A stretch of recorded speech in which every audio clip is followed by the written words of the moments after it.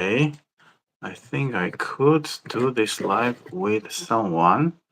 I activated that option on YouTube, so in case if someone would like to go live with me, yes, you will be welcome. Now, the topic of this live is economy, what it is, and what economic models exist, and which one is the best from the perspective of a freedom loving individual who doesn't want to be controlled much by governments and by collectives, yeah, by groups of people. So let's start with the term itself, economy. Where does it come from?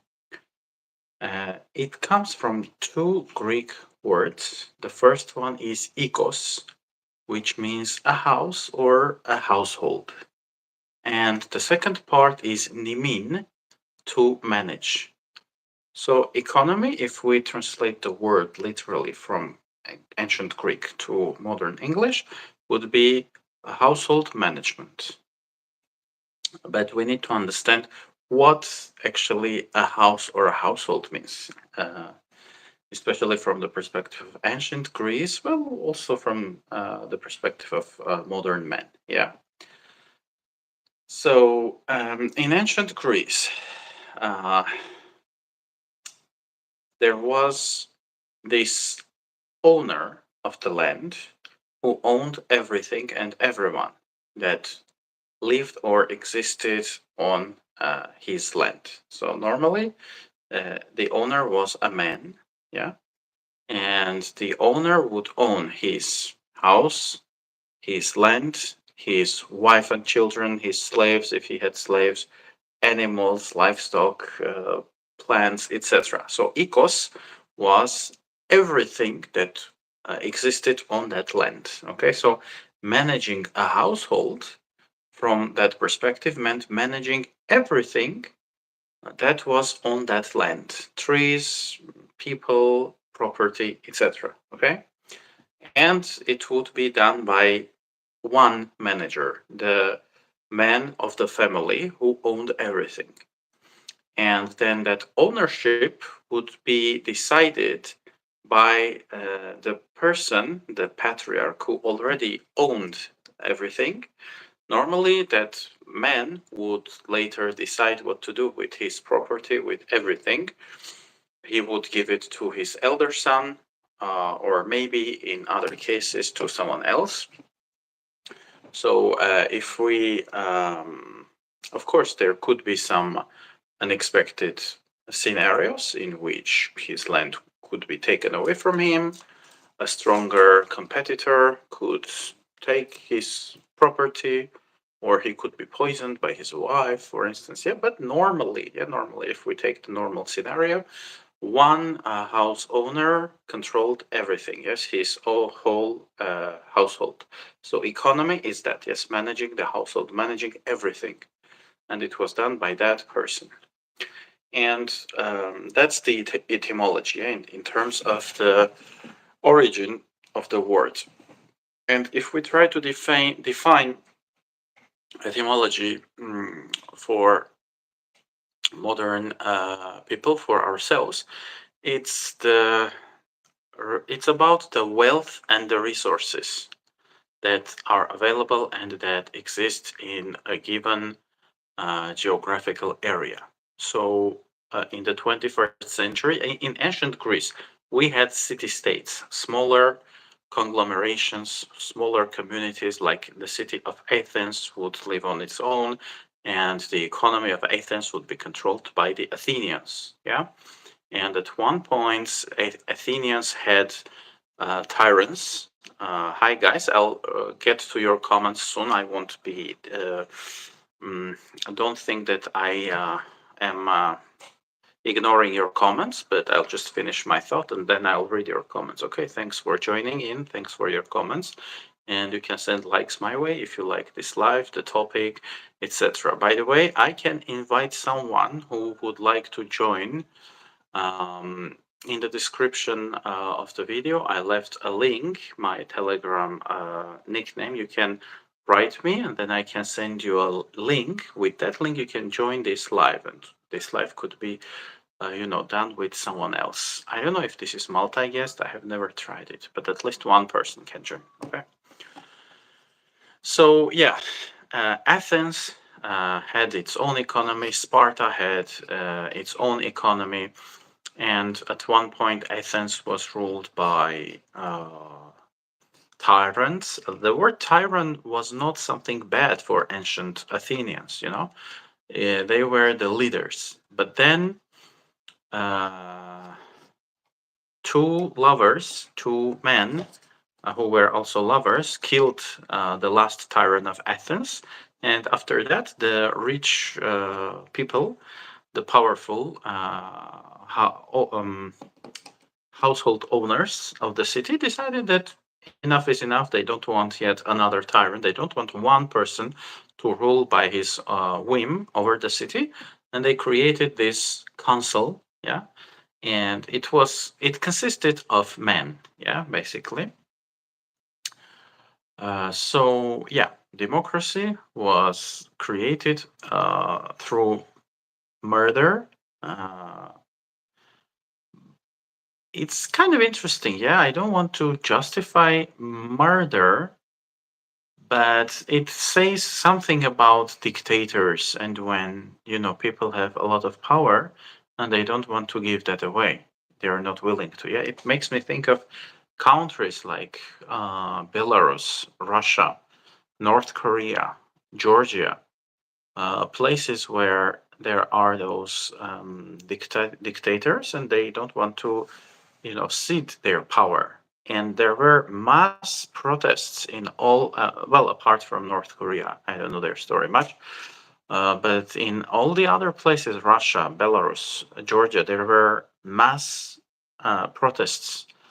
Um, lots of citizens were protesting and they wanted change, but they were not able to accomplish that, and the dictators, the ruling elite, did not cede. That's what I'm thinking of. But yeah, so also gay people, yes, in modern terms, gay or bisexual, they were also, as far as I remember, those guys were also married. They kind of gave democracy to the world. So yeah, a contribution by the LGBT community, speaking in modern terms. Okay. So, but as of today, we don't have those city states. We have countries, bigger communities. Yeah, its economy is not about just one neighborhood, one town, city. It's about an entire country. Yeah, uh, in the modern world, and sometimes it's even above one country. We have unions like the European Union, yes, or the United States of America. So there are some federal powers or um, supranational. Supra is like super, yes, beyond supranational units, which also shape the economy and the politics. So now economy sometimes it's not even about one place, yes, and the actions of one country can impact and affect other countries, like the US introducing tariffs or the US introducing sanctions against China or Russia. It or Iran, yeah, it affects on the economy of those countries. Now your comments. Let's see what you, if there are any interesting.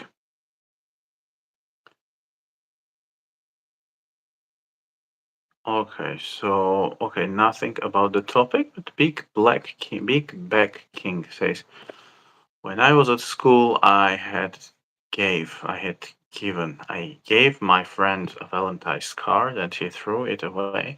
That made me feel bad and nothing has changed. Well, okay. Yeah, some people are not ready for relationships. Just move ahead and find someone who will appreciate you. Uh,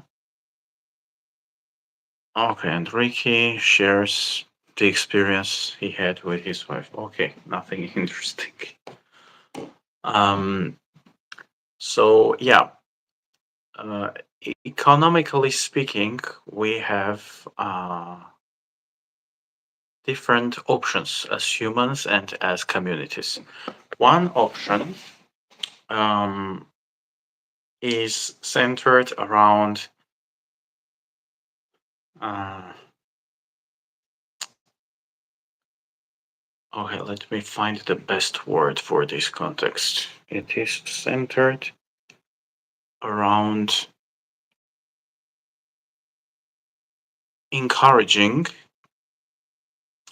uh, creation. Yeah. So there are countries which are like, we want people to create goods and services. We want businesses to grow and get stronger and better. So that's kind of, I could call it procreation in this context, you know. So that's centered around freedom and the creativity of individuals. Yeah. In such places, governments do not try to control every aspect of economy and business.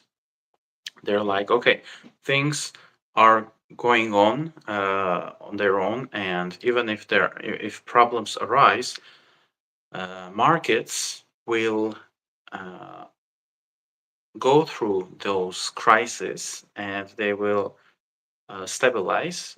The problems will be fixed. Yeah, and that's kind of freedom oriented. And we could, the best example of that would be free market capitalism. So, market is something very focal in the context of economy. Yeah, how economy is made around what? Yeah, it's basically about markets. It's about people exchanging money, goods, services with each other. Yeah, in public areas, and now in the 21st century, you know, with our technology, it can be also in private areas. Yeah, your smartphone, and some other person or some other business. Yeah. So free market capitalism, what is it about actually? uh, so we can have free markets, we can have controlled markets, or not really free markets. Yes, so we have this option. Free market economy is about the choice of the actors involved in the market. And some people think it's about um, anarchy, it's about um, oligarchy. Like, people, some people are afraid of freedom. They're like, okay, if the market is free, then someone or some group of people will come and take over, and the free market will turn into oligarchy or some other thing. Well, freedom needs to be able to defend itself. Yeah. So, and free markets get destroyed through oligarchy, you know, and through crony capitalism. So we have free market capitalism and another type of capitalism. People use the term crony capitalism, like cronies, people, your good friends, maybe your relatives sometimes. Yeah. So crony capitalism is the opposite of free market capitalism. It's like, I have some political or economic power, and I can give favors to people whom I like, my family members, friends, etc. That actually kills free market capitalism. Okay, so it's the opposite of free market capitalism, actually. And when people are afraid of free market capitalism, it means when people are afraid of it, it means they don't really understand what it is, what free market capitalism is, you know.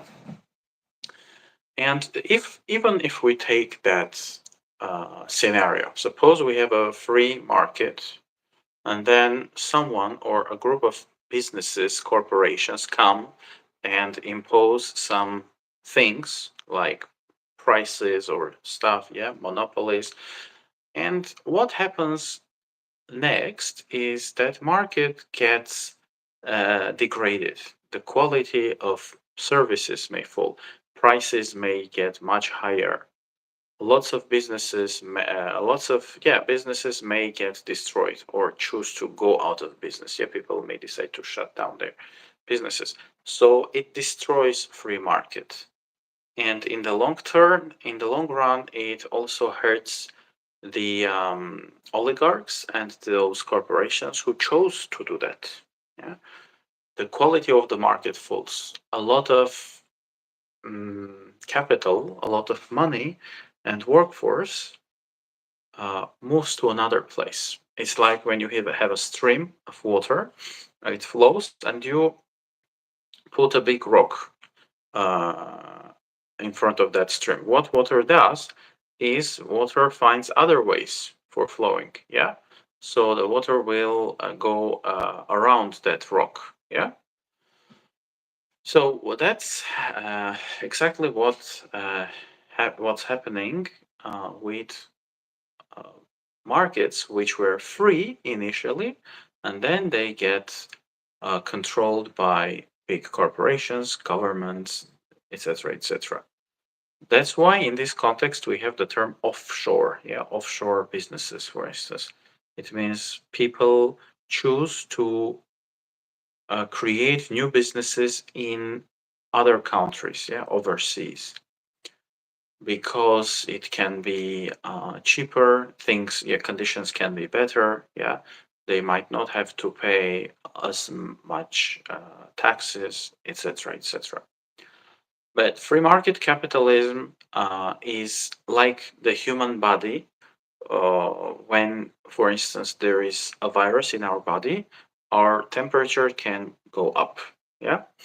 What is happening is our body tries to heal itself. Yeah. And when the temperature goes up, it kills some bacteria inside the body. So again, if we take the human body, there are some, approaches. Yeah, I'll just check my mic so that it's still on. Yeah, it is. Sometimes people drink drugs that artificially reduce the body temperature. In some cases, it's not a good idea. Yeah, it is better to allow your body to kill those viruses for a few days. Yeah. Just not taking those drugs that lower the body temperature can be much better for your body. And if you lower the body temperature and the drug does only that, maybe the viruses that are in your body will not be killed. Okay? So sometimes when governments try to interfere with markets, like there is a big business or a big bank that's about to go bankrupt, and the government takes the taxpayer money and saves that business. At first, it may look like, it's good, it's nice, it's great. They saved those workplaces, they helped the existing business, etc. But the effect may be that the money that was given to those huge corporations could be given to younger enterprises and businesses. Or if that big, huge corporation would collapse, maybe people working in that corporation, could come up with something better on their own as freelancers, entrepreneurs, etc. So sometimes when governments interfere in economy, it's like taking that pill and reducing your body temperature. It means some weak elements have not been eliminated and they still continue functioning in your body. So those big, huge, failing businesses might be taking more resources and more money year after year, and new businesses might, be disadvantaged because they might be ignored by the government that decided to help this huge corporation instead. So that's one model, economically speaking. Yes, an economic model when markets are allowed to regulate things on their own. And even if we take eggs, yeah, right now prices on eggs, yeah, that's something big. Some people are afraid that eggs will disappear from shelves.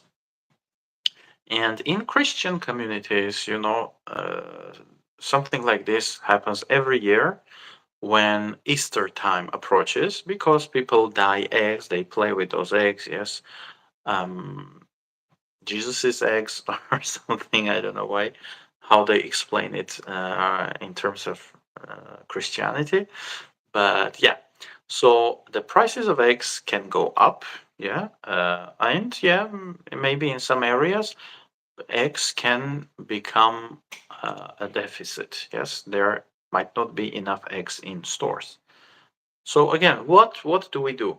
Do we police people, like the government sends special individuals and like, okay, you are receiving your salary to control how eggs are produced, how eggs are distributed to shops and supermarkets, and how people buy eggs? Or do we allow businesses and supermarkets to, control, and also buyers, yeah, control and regulate things on their own? So if the government controls everything, that can be called statism, yeah. That can be called something like communism, yeah. When the commune, but in the context of communism, commune means also the state. Yeah, the state is everywhere, and the state controls everything. Yeah, and when supermarkets are allowed and the buyers are allowed to, do things on their own, like, the supermarket can have its own policy, and the worker, the employee of the supermarket, may just stand next to the eggs and allow people to buy only two packs of eggs, yeah, for a certain period of time, for a few weeks, yeah, just okay. Every household or every um, customer gets only this much amount of eggs. By the way, guys, if you like this live, if you learn something new, I encourage you to send likes my way, okay? And if someone would like to come and be a guest during this live, you can. You can write me. I left my Telegram nickname in the description under the video. It's Sevak, Sevak, Sevak underscore NI. You can send me a message on Telegram and I'll send you an invite link and we can go live together on YouTube. Okay, so it can be, two people speaking instead of only me. So you're welcome to. Yeah, and then also consumers, yeah, people who buy stuff, they can be like, okay, maybe I shouldn't go crazy, especially around Easter time, and maybe I shouldn't be fear based. Yeah, I shouldn't make fear based decisions, and I shouldn't buy too many eggs. And consumers can, regulate their behavior. Supermarkets can regulate the behavior of the consumers. So, is it necessary to ask the state to step in? It's not really necessary. Yeah. So, some societies are like, yeah, we need to ask the state because people are dumb, the supermarkets are greedy. So, we definitely need the state to step in. So, this would be collectivists, right wing and left wing collectivists, yeah, people who believe in the power of the group. They could be like, okay, the government needs to come and step in and control everything, yeah. That's collectivism. And forms of collectivism, right wing collectivism includes nationalism, fascism. Left wing collectivism includes socialism, communism, Marxist ideologies, etc. So the problem with collectivist economy, when states control everything, is it's becoming a swamp. Everything gets um, rotten in a way. People are not allowed to create and to exchange things freely. And actually, what is a state? A state is a group of people. A state is not a building. Yes, an empty building is not a state. Like if you take the Capitolium or the House of Representatives or whatever, it's not about the building. Yes, it's about people. So a state means a group of people. That's it. Yeah. And state doesn't actually create stuff. Statesmen are appointed by other people, yeah, the citizens. And statesmen get their salaries off the uh, pockets of their citizens. It's the taxes that we pay as citizens, yeah? So when you ask the state to become stronger, omnipresent, bigger, and control and regulate everything, you actually ask the state to tax you more, to get more power away from you. Because if the state is to get bigger and to control and regulate more efficiently, it means the state needs to expand. And how states expand? Well, they need money, they need resources. And as they do not produce on their own, it's your rights, your liberties, and your money. So that's the biggest problem with statism and with alternatives to free market capitalism, you know. And also, planned economies, like when everything is planned by governments. In USSR, they had those 5-year plans. Those models fail because when a state or a group of people decide for everyone what's best, they do not consider many things.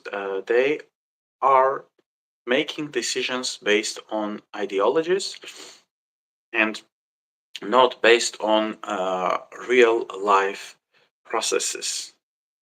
And it fails. The biggest problem with alternatives to free market capitalism is they fail when done at a large scale.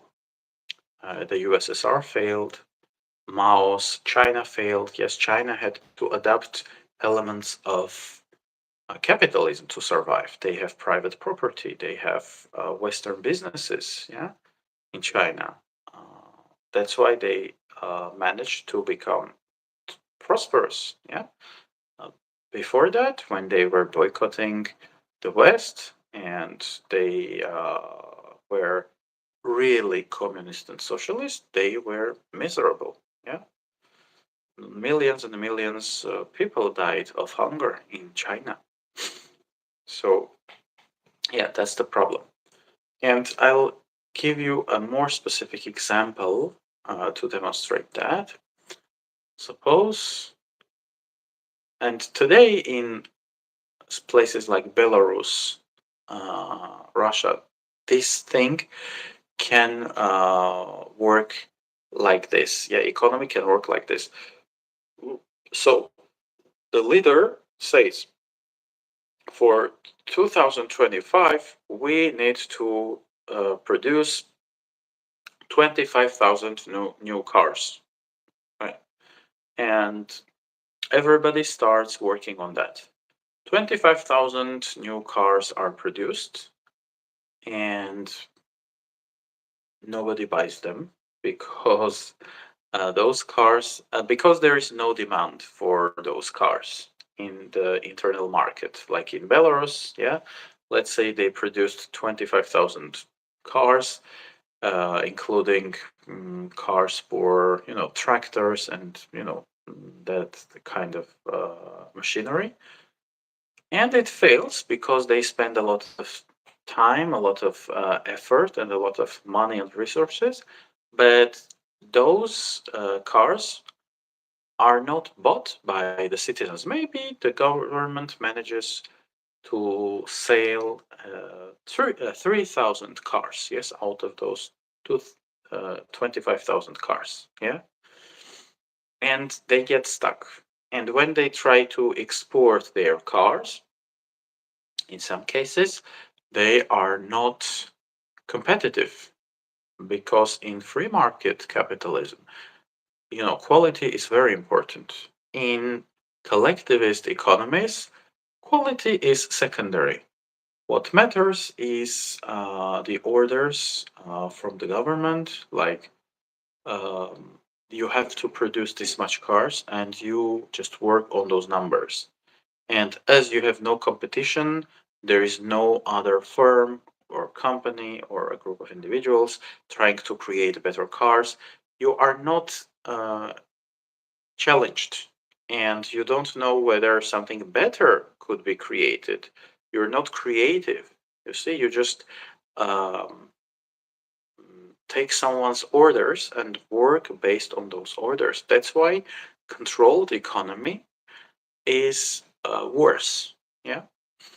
And what happens is those economies and governments are just losing a lot of resources, and people who created those 25,000 cars are paid less because there's no competition. It's a monopoly. The state controls everything, and the next year the state may be like, okay, this year let's build only 10,000 cars, and that's it.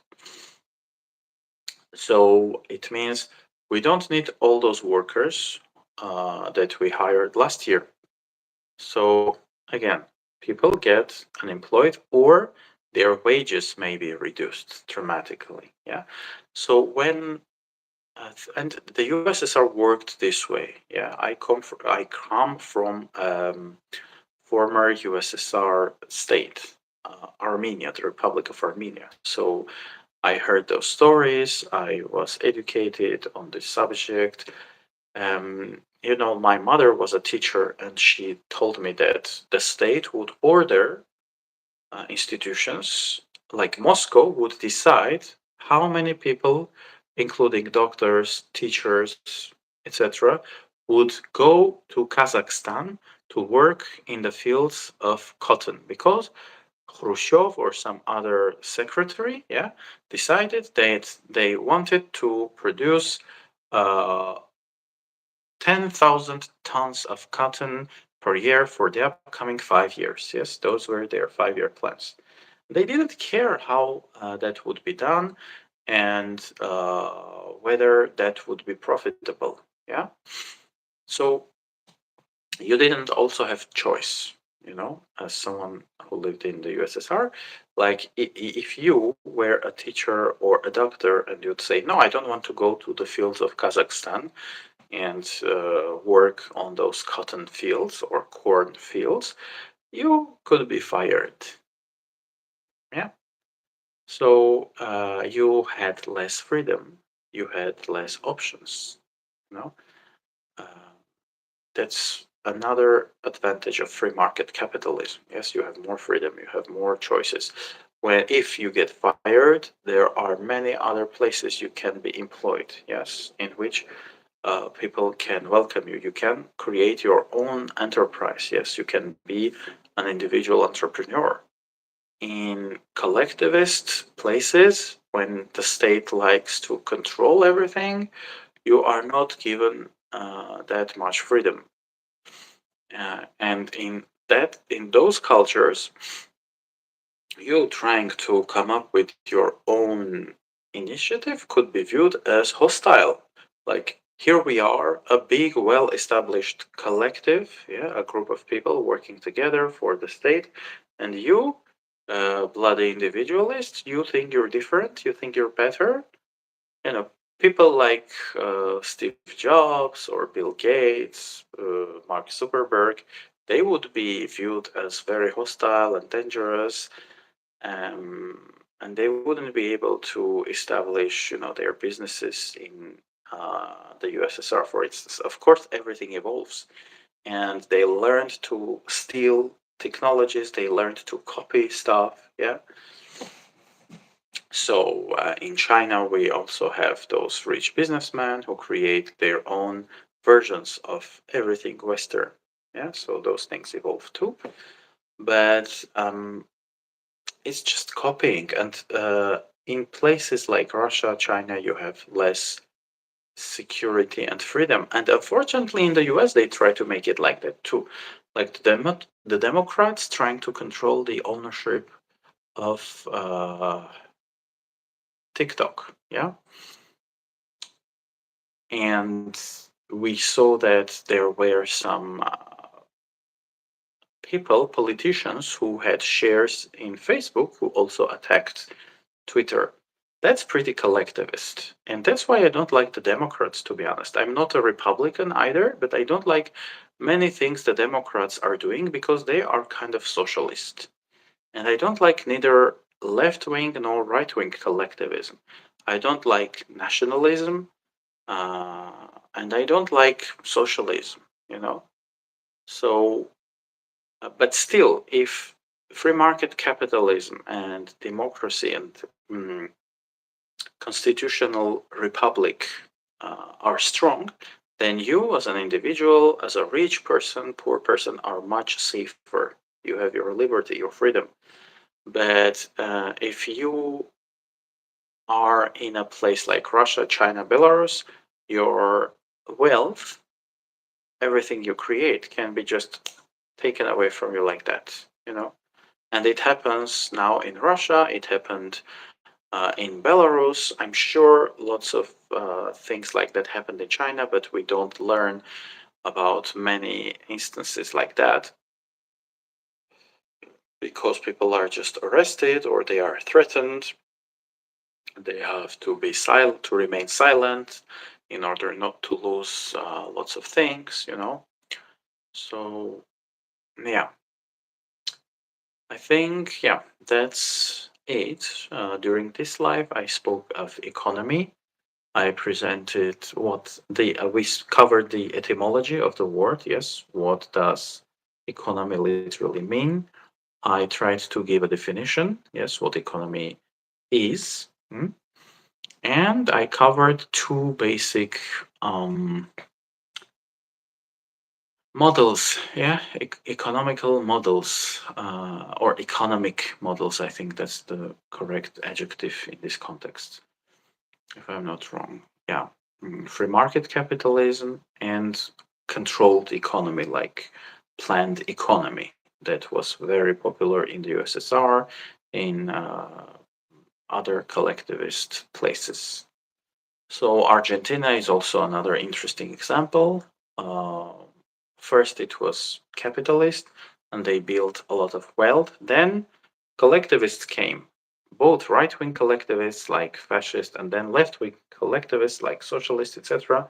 And within the last 100 years or so, yeah, or maybe 80 years, the economy of Argentina was getting worse and worse and worse because they had more regulations, more control, more collectivism going on, yeah, and the freedom of the producers, of the creators, was taken away from them.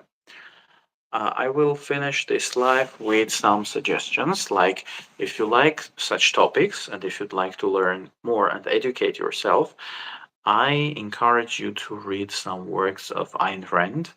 Atlas Shrugged. In Atlas Shrugged, she covers, she shows what happens to a country when collectivism wins, when crony capitalism and when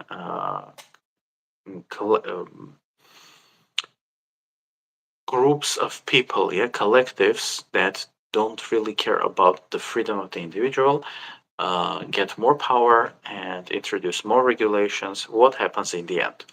So that book, her novel is awesome, Atlas Shrugged, and you see a lot of, things building slowly. Yeah, yeah, you will enjoy that definitely if you'd like to learn more.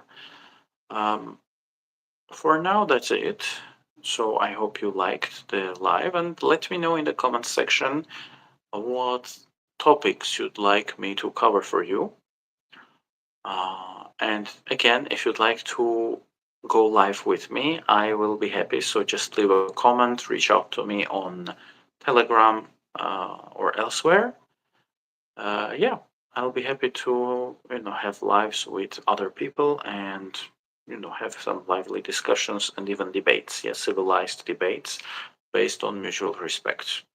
Maybe next time I might cover the topic of Israel and Palestine, uh, why I support uh, the side that I choose to support in this uh, conflict or in this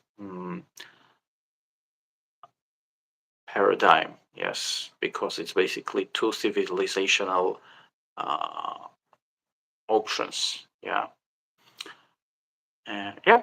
So thank you for being with me, and see you next time. Bye bye.